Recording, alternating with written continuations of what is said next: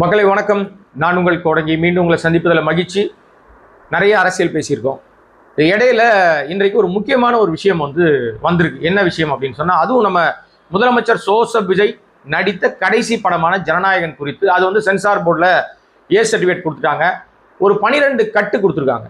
அது என்னென்ன கட்டு கொடுத்துருக்காங்க, எதற்காக அந்த படத்துக்கு அவ்வளவு வயலன்ஸு, அந்த படத்தில் இவங்க என்ன சொல்லி மக்கள்கிட்ட என்ன பண்ண பார்த்தாங்க, எதையெல்லாம் சென்சார் போர்டு கட் பண்ணியிருக்கு.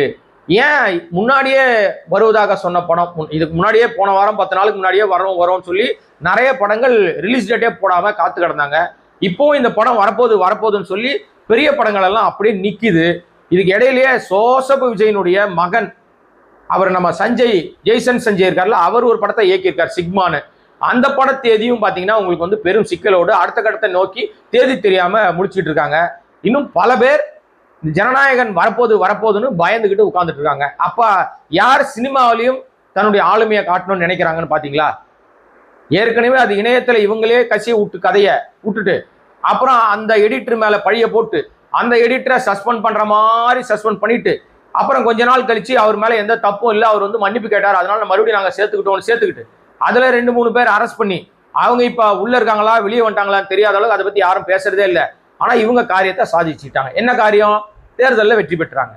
தேர்தல் வெற்றிக்கு தான் அந்த படத்தை இணையத்தில் கசி விட்டுது. அது முழுக்க தாவேகாவுடைய செயல்பாடுகளை வெளிச்சம் போட்டு காட்டுகிற படமாக தான் இருந்துச்சு. நமக்கு அந்த இயக்குனர் வினோத் மேல ஒரு பெரிய மரியாதை இருந்துச்சு. சமூக அவலங்களை படம் பிடித்து காட்டுகிறார். ஒரு மிக பிரமாதமான ஒரு இயக்குனராக வளர்ந்துகிட்டு இருக்காரு. இதற்கு முன்னாடி படங்கள் எல்லாம் அந்த மாதிரி ஒரு நல்ல படங்கள்லாம் பண்ணியிருக்காரு. ஒரு நல்ல மனிதர் போல இருக்கு அவரு அப்படின்னு நம்ம நினைச்சோம். ஆனா எப்ப இந்த ஜோசப் விஜயோட அவர் சேர்ந்தாரோ அப்பவே அவரும் இந்த லிஸ்ட்ல ஒரு ஆளா மாறிட்டார். எந்த லிஸ்ட்ல? இப்ப தாவேகா அந்த ரசிக குஞ்சுமணிகளை என்ன சொல்றாங்க, சமூகத்துல பரவலாக அவர்களை குறித்து சொல்வதற்கு ஒரு வார்த்தை, ஒத்த வார்த்தை தான் அது. ஜோசப் விஜய்க்கே எரிச்சலை ஊட்டுகிற வார்த்தை. அது ஒண்ணும் இல்ல, தற்குறின்னு கூடுவாங்க. ஏன்னா அடிப்படையில் அறிவே இல்லாம எதையாவது ஒண்ணு கிடக்க ஒண்ணு உளறது, தப்பா உளறது, இல்லை எதை எங்க பேசக்கூடாது அங்க பேசி மாட்டிக்கிறது. இதெல்லாமே அவர்கள் செய்கிற வேலை. அந்த அடிப்படையில் அதே மாதிரிதான் நம்ம இயக்குனர் யார், வினோத், நான் அந்த படத்தை பத்தி சொன்னா நீங்க போட மாட்டீங்க, நீங்க போட்டீங்கன்னா இருக்க மாட்டீங்க, என்னத்தையும் ஒண்ணு பேசினார் கொஞ்ச நாளைக்கு முன்னாடி. ஆக அந்த படத்துல அப்படி என்னன்னா பெரிய பஞ்சாயத்து இருக்கு அப்படின்னா நமக்கு தெரியல. படம் வந்தாதான் தெரியும். அது திருட்டுத்தனமா இணையத்துல வரும்போது நம்ம திருட்டுத்தனமா இணையங்களை வர்ற எந்த படங்களையும் பார்ப்பதிலே அதை என்கரேஜும் பண்றது இல்லை.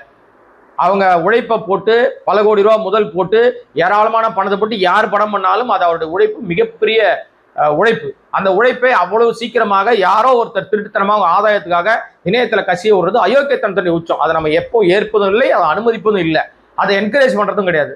ஆக இந்த படம் ரிலீஸ் ஆனாதான் அந்த படத்தோட லட்சணத்தை நம்ம பார்க்க முடியும். ஆனால் அதற்கு முன்பாக சென்சார் போர்டு அந்த படத்துல சில காட்சிகளை கட் பண்ணிட்டு சில விஷயங்களை நீக்கி இருக்கிறார்கள். தூய சக்தி, ரொம்ப யோகியமான சக்தின்னு சொல்லக்கூடிய நம்முடைய ஜோசப் விஜய் இருக்கார் இல்லையா, இவர் அதுல என்னென்னலாம் வார்த்தைகளை வைத்திருக்கிறார்கள், அந்த இயக்குனர் என்ன வார்த்தையை வைத்திருக்கிறார். என்னை பொறுத்த வரைக்கும் இயக்குனர் வார்த்தையை வச்சாருன்னு சொல்லி நம்ம தப்பிச்சு போயிட்டு இயக்குனர் மேல மட்டும் பழி போட முடியாது. முழுக்க அதுக்கு அந்த ஹீரோவும் காரணம். ஏன்னா இந்த மாதிரி பிரபலமான ஹீரோக்கள் இருக்காங்கல்ல, பெரிய ஹீரோக்கள் எல்லாருமே பாத்தீங்கன்னா அந்த படத்துல இடம்பெறுகிற வார்த்தை அனைத்துமே அவர்கள் கண்டிப்பாக அவர்கள் கவனத்துக்கு போகாத வார்த்தையாக இருக்க வாய்ப்பே இல்லை.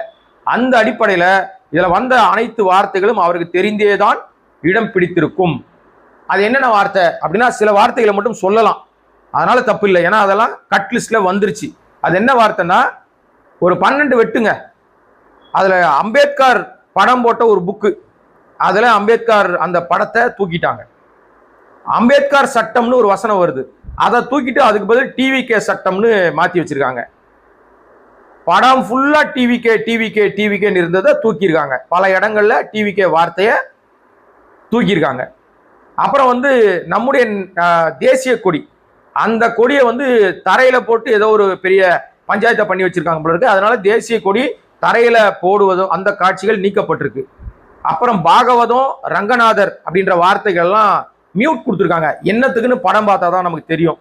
அப்புறம் ஆபாசமான ஒரு வார்த்தை, அந்த பையா அப்படின்னு ஒரு பையா, அது எந்த பையான்னு நீங்களே முடிவு பண்ணீங்க. அந்த வார்த்தையை நீக்கியிருக்காங்க. அதாவது நீக்கியிருக்காங்க மீன்ஸ் மியூட் கொடுத்துருக்காங்க. அப்புறம் அம்மாவே கேவலமா ஒரு வார்த்தையை சொல்லுவானுங்க, அந்த வார்த்தையும் மியூட் கொடுத்து அதுவும் வந்து அமைதிப்படுத்தப்பட்டிருக்கு அல்லது பீப் வார்த்தைகளாக மாற்றப்பட்டிருக்கிறது. அப்படி வச்சுக்கலாம் நீங்க. நம்ம எஸ்டிஆர் சிம்பு பாணியில பீப் வார்த்தைகளாக மாற்றப்படுத்துது. அப்புறம் வந்து சதாம் ஹுசேன் தூக்கில போடுற மாதிரி சில வசனங்கள்லாம் அதுக்குள்ள இருந்திருக்கு. அந்த வசனங்கள் அனைத்தும் ஓம், நியூ இந்தியா, ஆபரேஷன் ஏதோ ஒரு விஷயங்கள்லாம் வரும்போது அந்த விளக்கத்தில் இந்த வார்த்தைகள்லாம் அதில் இடம்பெற்றிருக்கு. அந்த வசனங்கள் அனைத்துமே மியூட் செய்யப்பட்டிருக்கு அல்லது மாற்றப்பட்டிருக்கிறது. ஒன்று மியூட் பண்ணிருக்கணும், ஏன்னா நீளமான வசனம் மியூட் பண்ணா மக்களுக்கு புரியாதுன்னு வேற ஏதாவது வார்த்தையை போட்டு ஏதாவது அள்ளி முடிஞ்சிருப்பாங்க, உருட்டியிருப்பாங்கன்னு வச்சுங்களேன். அப்புறம் வந்து காவல்துறை பேட்ஜ், டிசி அலுவலக பேட்ஜ் மாதிரி ஏதோ ஒன்று அவமரியாதையா தூக்கி போட்டு உருட்டி பண்ற மாதிரி விஷயங்கள். அதே மாதிரி வந்து ஆபாசமான ஒரு மிக மோசமான ஒரு வார்த்தை, அந்த வார்த்தை முழுவதுமாக முழு வசனமும் மியூட் செய்யப்பட்டிருக்கு. அப்புறம் இந்தியா என் காலில் உழ வைக்கிறேன் அப்படின்ற மாதிரி வாசனம் மியூட் செய்யப்பட்டிருக்கு. குழந்தைய கொளுத்துற மாதிரி காட்சிகள்லாம் இருக்கு போல இருக்கு, அதெல்லாம் நீக்கியிருக்காங்க.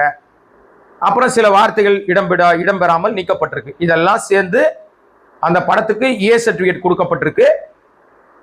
இப்ப நம்ம இந்த ஏ சர்டிபிகேட் கொடுத்துருக்காங்களா, என்ன கொடுத்துருக்காங்க, இது ஏன் இது கொடுத்துருக்காங்க, அதெல்லாம் நம்ம சொல்ல போறதில்ல. நம்முடைய சொல்ல வந்த நோக்கம் என்ன அப்படின்னா, நான் வந்து தூய சக்தி, நான் ரொம்ப நேர்மையானவன், இந்த மக்களுக்காக எல்லாத்தையும் விட்டுட்டு வந்திருக்கேன், ஏராளமான வழிகளை தாங்கி வந்திருக்கேன், அனைத்து சுகபோகங்களையும் விட்டுட்டு வந்திருக்கேன், உச்சத்தை விட்டுட்டு வந்திருக்கேன் அப்படின்லாம் பேசிக்கொண்டிருக்கிறார் நம்முடைய முதலமைச்சராக இருக்கிற சோசப்பு விஜய். ஆனால் இவர் திரைப்படங்கள் மூலமாக மக்களுக்கு என்னடா நன்மை செஞ்சிருக்காரு, ஏதாவது ஒரு நன்மை செஞ்சிருக்காரா, ஏதாவது நல்ல திரைப்படங்களை பார்த்து நிறைய ஏதாவது கத்துக்க முடியுமா, லேர்ன் பண்ண முடியுமா? இப்போ எம்ஜிஆர் படங்கள் அப்படின்னு சொன்னா, எம்ஜிஆர் படங்கள் நல்ல நல்ல பிள்ளைகளை நம்பி அப்படின்னு ஒரு விஷயத்தை ஆரம்பிச்சு, திருடாதே தம்பி திருடாதே அப்படின்னு ஆரம்பிச்சு ஏராளமான பாடல்கள் மாதிரி யாரோ எழுதின பாட்டு தான், ஆனா எம்ஜிஆர் வாயை சிரிச்சு அவரே நடிச்சு பாடுற மாதிரிலாம் இருக்கும். எம்ஜிஆர் படங்கள்ல ஏராளமான விஷயங்களை நம்ம தெரிஞ்சுக்க முடியும், கத்துக்க முடியும். அது குடும்பத்தோடு உட்கார்ந்து பார்க்க முடியும். இப்ப நம்ம சோசப் விஜய் முதலமைச்சருடைய படங்களை நிச்சயமாக குடும்பத்தோடு உட்கார்ந்து பார்ப்பது, சமீப கால படங்களை பார்க்கவே முடியாது. அதுல வந்து நிறைய இரட்டை அர்த்த வசனங்கள், ஆபாச காட்சிகள், இப்போ வருகிற படங்கள்ல ரத்தம் தெரிக்கிற காட்சி, இந்த படத்துல கூட மனுஷனை வெட்டி ரத்தத்தை நக்கிட்டு வர மாதிரி காட்சிலாம் இருந்துச்சு, அதெல்லாம் அதுல இடம் பிடிச்சிருக்கு. ஆனா அதெல்லாம் அந்த ரத்தம் தெரிக்கிற காட்சிகள்லாம் நிச்சயமாக அதெல்லாம் நீக்கி இருப்பாங்க. அது டீசருக்காக போட்ட காட்சி, அப்புறம் அதை எடுத்திருப்பாங்க. ஏன்னா அது இல்லாதனால தான் அந்த காட்சிகள்லாம் இல்லை இதுல. அது ஆரம்பத்திலே அது எதிர்ப்பு தெரிவிச்சதுனால அதெல்லாம் நீக்கியிருப்பாங்க. அந்த மாதிரி காட்சிகளோடு மட்டும் இந்த படம் வருவதனால், இதை நான் ஜனநாயகன் படத்தின் மூலமாக இந்த மக்களுக்கு அவர் என்ன சொல்ல போறாருன்னு யாருக்கும் தெரியல. இனி சொன்னா என்ன, சொல்லனா என்ன, கவுண்டமணி பாணியில இனி வந்தா என்ன, வரலனா என்ன, ஆட்சியை பிடிச்சிட்டாங்க, அதிகாரத்துக்கு வந்தாச்சு. இனிமே அந்த படம் தியேட்டர்ல ஓடுவதற்கான சூழ்நிலை, ஓடவே இல்லைனாலும் ஓட்டுவதற்கான சூழ்நிலையை உருவாக்குவாங்க. எல்லா தியேட்டரும் கம்பல்சரி இந்த படத்தை போட்டே ஆகணும். கேட்டா முதலமைச்சர் சோசப் விஜயனுடைய கடைசி படம் அப்படின்னு என் தம்பி ரூட் மாஃபியா ஜெகதீஷ் வந்து நிச்சயமா எல்லா தியேட்டர்காரங்களையும் அன்பா ஃபோன் பண்ணி அன்பா நலம் விசாரிப்பார். எப்படி இருக்கீங்க, உங்க தியேட்டர் ஓனரா நீங்க தான், நான் வந்து இந்த மாதிரி அப்படின்னு சொல்லி பேசின உடனே அவங்க ஐயா சாமி நாங்க எப்ப சொல்றீங்களோ அப்ப படத்தை எடுத்துடுறோன்னு படத்தை போடுவாங்க. ஓடலன்னா கூட ஓட்டுவாங்க. தானாக ஓடுவதற்கும் ஓட்டுவதற்கும் வித்தியாசம் இருக்கு. அது ஆளே இல்லைன்னா கூட தியேட்டர்ல கணக்கு காட்டுவாங்க. நிறைய பணங்கள் அதன் மூலமாக, கணக்கில் வராத பணங்கள் கணக்கில் கொண்டு வரப்படும். டிக்கெட்டே விற்கலனா கூட டிக்கெட் விற்றதாக, மக்கள் வந்ததாக கணக்கு எழுதுவாங்க. இவர்கள் மட்டுமல்ல, உடனே நீங்க டக்குன்னு பாஞ்சி வராதிங்க. இது மாதிரி பல பெரிய படங்கள்ல படமே ஓடலனா கூட வெற்றி பெற்றதாக அவங்க சக்சஸ் மீட் காட்டுவதற்கு காரணம் அவர்கள் வைத்திருப்பதை இதன் மூலமாக மாற்றிக்கொள்வார்கள். ரெண்டு விஷயத்துல நிறைய விஷயத்த ஏமாற்ற முடியும். ஒன்று சினிமா, இன்னொன்று இந்த ரியல் எஸ்டேட், கட்டட தொழிலாக இருக்குல்ல, கட்டுமான தொழில் இருக்குல்ல, கட்டுமான தொழில், இதுக்கு எங்கேயுமே வரையறை இல்லை. செலவுகளுக்கும் வரையறை இல்லை, எதற்குமே வரையறை இல்லை. எல்லாத்தையும் அவங்க கொடுக்குற கணக்கை தான் எடுத்துக்க முடியும். அந்த மாதிரி இந்த படம் என்ன தாக்கத்தை ஏற்படுத்த போகுது அப்படின்னா, ஒரு தாக்கத்தை ஏற்படுத்தாது. ஜனநாயகன் பார்த்து ஒரு தாக்கம் வருமா, அதான் அது வர்றதுக்கு முன்னாடியே தாக்கத்தை வந்து இப்போ ஆட்சியை பிடிச்சாங்களே. இந்த படம் முழுக்க அவர் கட்சியை பிரபலப்படுத்துகிற வேலை தான் அதுல இருக்கு. இதுக்கு மேல என்ன யூஸ் பண்ணிப்பாருன்னா, இடைத்தேர்தலும் கிடையாதுன்ட்டாங்க. இடைத்தேர்தலுக்கும் இப்போ ஆப்பு வச்சிச்சு நீதிமன்றம், இப்போ நடத்தக்கூடாதுன்னு சொல்லிட்டாங்க. ஸோ அதனால இந்த படம் வருகிற 24 என்னமோ ரிலீஸ்ன்னு பேசிக்கிறாங்க, அது ஒன்றும் தெரியல. ஸோ இந்த அடிப்படையில் இப்போவே வரவேண்டிய அந்தந்த தேதிகளில் வரலான்னு காத்துட்டு இருந்தவர்கள்லாம் பயந்து ஓரமாக ஒதுங்கிட்டாங்க. பயந்து தான் ஒதுங்கியிருக்காங்க. யாரும் வந்து இது எதுக்குப்பா போய் தேவையில்லாமல் தலையிடுவானே, தியேட்டருக்காரன் தரமாட்டான், இது ஷோ தரமாட்டான், போய் நம்ம சண்டை போட்டு என்ன பண்றது, வேணாம்பா இந்த படம் ஓய்ஞ்சு முடிட்டோம் அப்புறம் பார்த்துக்கலான்னு பெரிய படங்களா இருக்கிற நிறைய பெரிய படங்கள் ஓரமாக ஒதுங்கி வேடிக்கை பார்த்து கொண்டிருக்கிறது. என்ன நடக்க போகுது அப்படின்றத பொறுத்து வந்து பார்ப்போம். அதுவரை நம்முடைய சேனலை சப்ஸ்கிரைப் பண்ணாமல் பார்த்துருக்க அன்பு மக்களே சப்ஸ்கிரைப் பண்ணுங்க, சப்போர்ட் பண்ணுங்க. இடையில இந்த மாதிரி ரிலாக்ஸான விஷயங்களும் பேசுவோம். நன்றி, வணக்கம்.